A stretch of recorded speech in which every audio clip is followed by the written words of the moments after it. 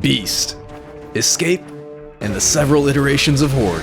Ever since Gears 2, different side modes have always accompanied each Gears game's campaign and versus multiplayer in the menus. But when Gears Ultimate Edition dropped, no such mode was included, remaining faithful to the original Gears 1. So of course it would make sense for Gears Reloaded, a faithful remaster of Gears UE, to not have any of these modes either. But homies, have I got some news for you. We actually have confirmation that for the first time in Gears history, campaign time trials will be a part of Gears Reloaded. Now, I'm sure some of you don't believe me at all, especially because you're not supposed to speedrun Gears. But I'm gonna show you how, number 1, we know this for a fact. Number 2, talk about what this means to me and could mean for the Gears speedrun scene. And number 3, talk about some of the things that would make this feature as successful as possible. So first off, there was never any official Coalition media post or Xbox news article that ever announced time trials, but we still do have hard evidence. A couple weeks ago, someone in our speedrun Discord posted a couple screenshots that were pulled from the game files of the recent Gears Reloaded beta. Here, we can see some of the variable and file names that directly indicate the existence of the time trial mode. Since I still had the files on my PC as well, I got curious and started digging around myself. Now, I couldn't find the exact pieces of data that we just saw, I'm just not that crazy of a hacker man, but I did find some other menu text that corroborated that time trials will be in Gears Reloaded. Just go up here and search the whole repo for time trial. And here we see all the files for the menus in the different languages that are supported by the game. So we've got like Korean, Japanese, French, Spanish. If we throw in time space trial, find the one for English, here we go. We've got title time trial. In the description, do you want to leave and start a time trial? Starting a time trial will overwrite your campaign checkpoint and set the difficulty to insane. Woohoo! I'm super excited for this to be in the game. When you look at how many Gears speedrunners are active, or even just how many exist, time trials feels like a feature that's built literally just for me. But I'm sure you noticed my obvious disappointment toward the end of that last clip. The reason I'm not so stoked for time trials being only on Insane is that traditionally all Gears games have had casual any percent as their main speedrun category, mostly because it's far more interesting and enjoyable for the runner. It has nothing to do with the perceived difficulty of, well, the difficulty. But if I'm trying to go fast, I'd rather have freedom of movement and satisfying one-shot kills rather than playing a slow cover simulator and waiting to heal. There's so many places in these games where the actual speedrun strats just don't work on Insane, and force you to play in the same way that you would while casually playing it for the first time. Ironic, isn't it? So okay, boo-hoo, Flurb, you suck at the game and can't play on Insane. And yo, maybe I do, but my main worry is that limiting the time trials to be only on Insane will not be the most attractive thing to get people to play this mode. Like seriously, don't worry about me, I'm still hard winning with this no matter what. I'm so dead, I'm getting comboed! Looking over at our neighbors in the Halo Master Chief Collection, you can actually run a time trial on any difficulty you want, with what seems to be trivial menu changes for the developers. If it's still possible to change anything, I would highly recommend they do the same thing for Gears Reloaded. Stepping past this insane issue, I see time trials as the biggest opportunity that the Gears speedrun scene has had since Kim got stabbed by Rom in Act 1. Hundreds or even thousands of people could soon be trying their hand at getting the fastest time in a section of the Gears campaign. Sure, they'd need to study up a bit, but just the sheer amount of people means that someone, somewhere will come in with a fresh mindset and potentially find something new for the speedrun route. Also, they can claim a new top time. I'm pretty hopeful that anyone who actually sticks it out to that point is motivated enough to join the actual Gears Speedrun Discord to talk strategy with us and submit new runs to the official leaderboards instead of just sticking to the in-game ones for Insane. Which, by the way, if there's no in-game leaderboard, then literally what's the point, Coalition? Other than that and the difficulty toggles, the biggest thing that would make time trials a success is the addition of a replay system. The validity of any time trial or speedrun will always be brought into question when you can't play back what people did during a run. We already know from past games that cheaters will find a way to top the in-game leaderboards, and having the replays would at least help us filter out the trash. Also, it'd be kinda cool if we could race against replays as ghost data, just like in Mario Kart where you can see minor differences between you and the other person. This is probably a bit more work for the devs once you start to consider any RNG and the different movements that all of the enemy AI could do, but it would still be pretty neat. Now, since Gears Reloaded should essentially have the same campaign as Ultimate Edition, I want to show you a few places of interest that have less than ideal speed strats on Insane that either take a bit of practice or just need better solutions. In the case of the latter, this is really just an early, selfish attempt at crowdsourcing ideas so I can steal them before the game comes out. This little hallway, I guess, for the time being, going back here is fine. because the checkpoint kills everyone. But this Troika hallway, running this on Insane is just not a good time. The problem is, I know it's probably possible after like a few thousand attempts. You just have to figure out the movement manip to do it. Because like on casual, it literally is free. This is very consistent. Like I know I got super red, you can get a lot less red. In Gears 1, original, we don't do it on casual because the Troika is better in that game. But the segmented run does do it, so like it is possible. And if the Troika is worse in this game, it has to be even more possible. But the problem is it's still like not good enough to do during a regular speedrun. So this would be only time trials, which would basically be like an IL attempt. Yeah, I'm not doing this. This is the next hardest part, probably, for playing Insane, and hilariously it involves a Troika yet again. Usually, we would just push this like halfway, run up, and run on down into that alleyway. There's a problem. There's a freaking Troika blasting you. And on Insane, like, I feel like this probably just cannot happen. At least without, like, a modified path. But it's gonna be a slower one. Something that doesn't involve pushing the car all the way to the back, because that spawns those dudes and makes it even worse. Almost. The alternative is you sit here playing the game like a freaking idiot, casually shooting these dudes off the Troika.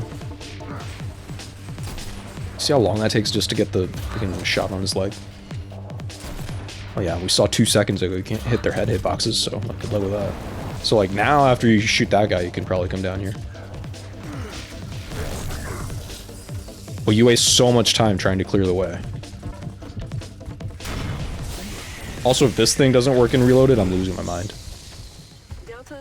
Alright, so the next hard part for Insane, I would say, is this left-right split in Act 3. And like hard as in hard to go fast.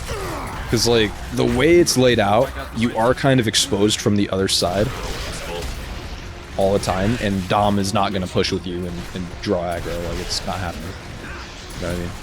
Like, even if you get in here and you blast these dudes, okay, you pretend to blast these dudes, just trying to push forward and like dip is not really a thing.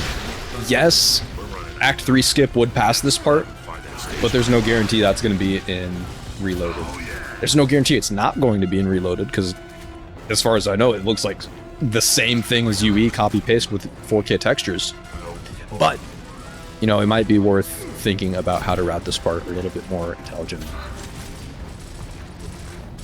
The alternative is you just, like, sit back here and snipe everything, but okay, well, that's how that goes. You'd have to hit, like, every sniper shot for this to be ridiculous. And, like, even then, I don't know, it's still gonna be kind of slow with all the reloading in between.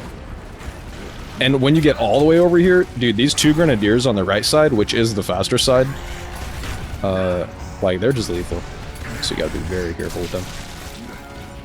The end of Act 3 is probably one of the hardest parts to optimize on Insane. There are a million Therons in there, and it's like, I guess ideally, you just do the casual strat. The Therons are just like so much stronger on Insane that realistically, you can't do it the same way. You can try.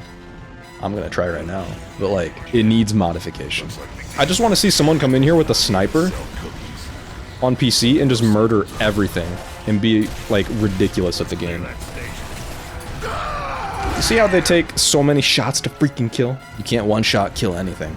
Even the active sniper, dude. Like, I'm pretty sure the active sniper does not kill these guys. It did in Gears 1, but then that was OP, because you would one-shot down people in multiplayer, and that was no fun either. Headshot. Didn't matter. Yeah, so like, you can hit 1 or 2. Oh boy. I think the strat ends up being just like, never miss a bullet, hit every single active, and go crazy. Maybe there's some kind of like, movement manip thing you can do here, like if someone gets really nerdy about it. Otherwise, you're just gonna be doing dozens, hundreds, thousands of these, trying to get the perfect line. Uh-oh. This is so whack right now. He doesn't even care about the grenade! And he just smacks me. Let me do it on casual real quick. Alright. So, yeah, the casual strat is a lot more convenient because you can just one-shot the Therons. These guys actually die to grenades. Like, it's just so nice. And then, okay, I did the checkpoint. I would have another grenade for right here, but, like, it just works better. It looks good, you know? Like, it just feels really nice to play. On Insane, you can't really do that.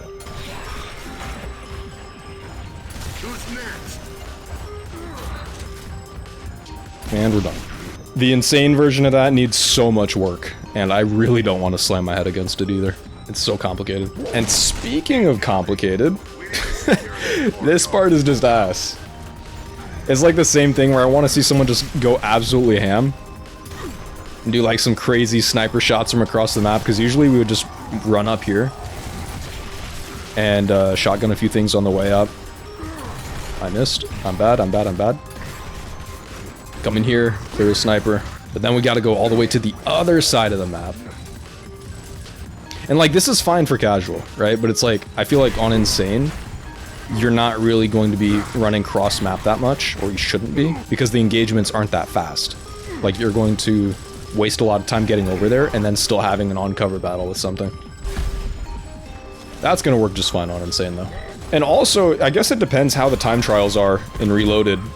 If it's just, like, chapter-based, if you get weapon carryover, if you, like, whatever. But if you start with this loadout, that is cooked.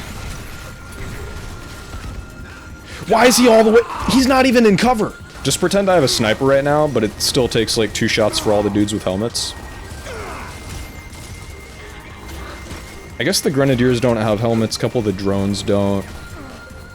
Yeah, best case scenario is someone on PC just like absolutely rips it with the sniper. From there? I guess more reasons to not run up the side and take the close engagement with these dudes. A lot of the extended Act 5 chapters are also very unforgiving when it comes to speedrunning on Insane.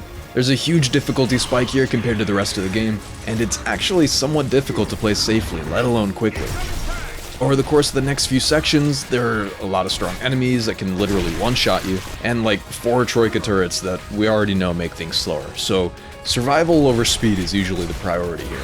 That's not to say you can't go fast, you can definitely send it on a few parts, but it's gonna take a lot of specific practice to get used to the way enemies behave in this area, and learn how to deal with some of the RNG that gets dealt to you.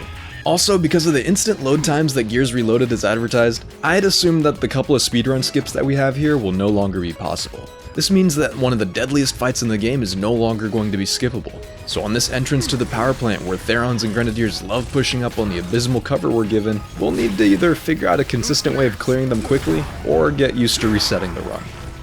Alright homies, honestly I was not very hyped for Gears Reloaded before this, but now I'm quite eager to see the things that people come up with, even if they take thousands of attempts on Insane for it to work. And if you, the viewer, happen to have looked at the game files yourself and know about anything else that's out of the ordinary, let me know. My hopes for this game are suddenly much higher. And I hope you enjoyed the video. I'm slowly forming a list of future topics for Gears Reloaded and a few other things. If you want to get some sneak peeks as to what I'm doing, come on over to the live stream. Otherwise, all good, and we'll see you on the next one.